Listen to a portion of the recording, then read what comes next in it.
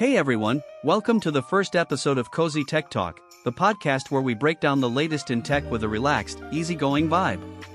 Grab a coffee, get comfortable, and let's talk about the latest addition to Apple's lineup, the iPhone 16e. Now, this one is interesting. Apple's e-models. They don't quite fit the standard lineup, and Apple's new branding strategy with them is, well, a little unpredictable. So, what exactly is the 16e? Is it an upgraded base model? A budget-friendly alternative to the Pro? A replacement for the Plus models? That's what we're here to figure out today.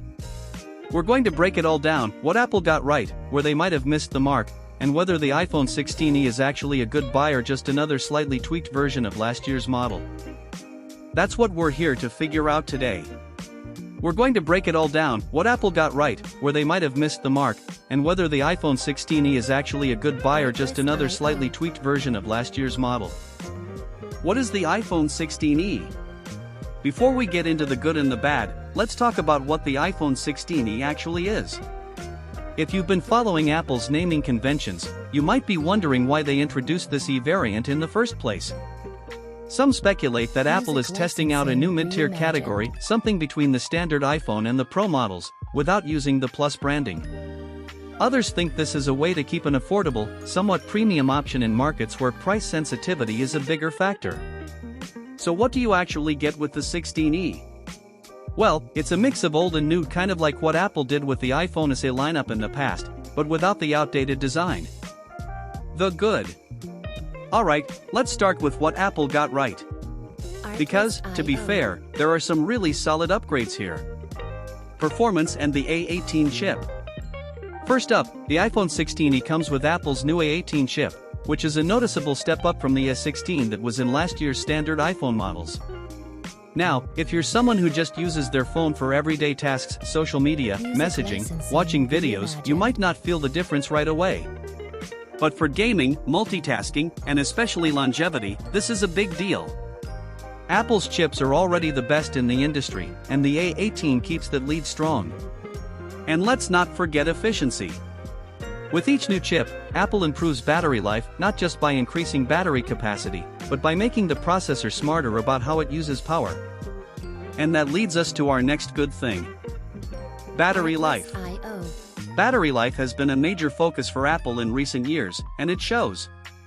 The iPhone 16e has improved battery performance compared to last year's models, thanks to a combination of software optimizations and a slightly larger battery.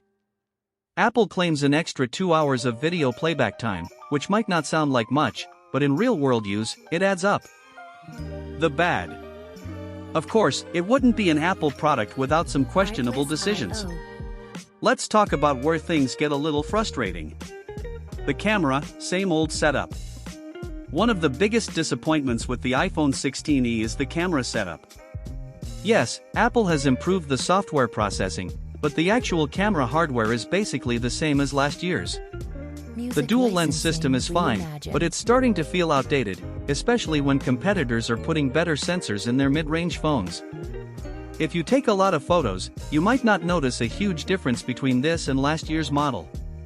It's still a great camera, don't get me wrong, Apple's computational photography does a lot of heavy lifting. But if you were hoping for a major leap in low-light performance, zoom capabilities, or just overall image quality, you're not getting it here.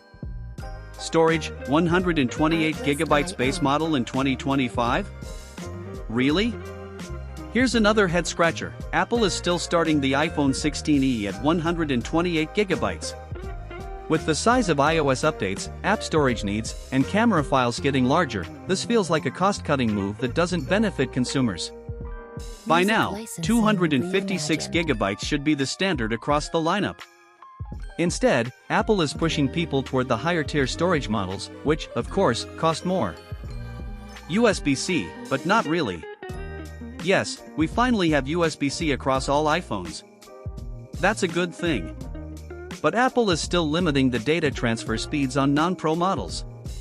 So if you were thinking about using your iPhone 16e for fast file transfers, you're out of luck. This kind of artificial limitation is exactly the kind of thing that frustrates longtime Apple users. The price increase. And then there's the price. Apple has bumped the base price up by $50 to $100. Now, in the grand scheme of things, that might not seem like a huge jump, but when you consider that the upgrades aren't that significant, especially in areas like storage and camera, it makes you wonder if Apple is just inching prices higher without adding enough real value. Now the final thoughts. Is the iPhone 16e worth it? So, after all that, is the iPhone 16e actually a good product? Well, it depends. If you're upgrading from an older phone, say, an iPhone 12 or earlier, this is going to feel like a big step up. You get better performance, longer battery life, a smoother display, and some nice refinements. But if you already have an iPhone 14 or 15? It's honestly not that exciting. The camera is barely improved, storage options are the same, and Apple is still playing it safe with artificial limitations on features like USB-C speeds. At the end of the day, Apple knows how to make a great phone. The question is, are they making the right choices for consumers? And that's where I want to hear from you. Is the iPhone 16e worth it, or is Apple just recycling the same formula with minor tweaks? Would you buy it, or are you holding out for something better? Let me know your thoughts. As always, thanks for tuning into Cozy Tech Talk. If you enjoyed this episode, make sure to follow the podcast so you don't miss future discussions. Until next time, stay cozy and stay techie.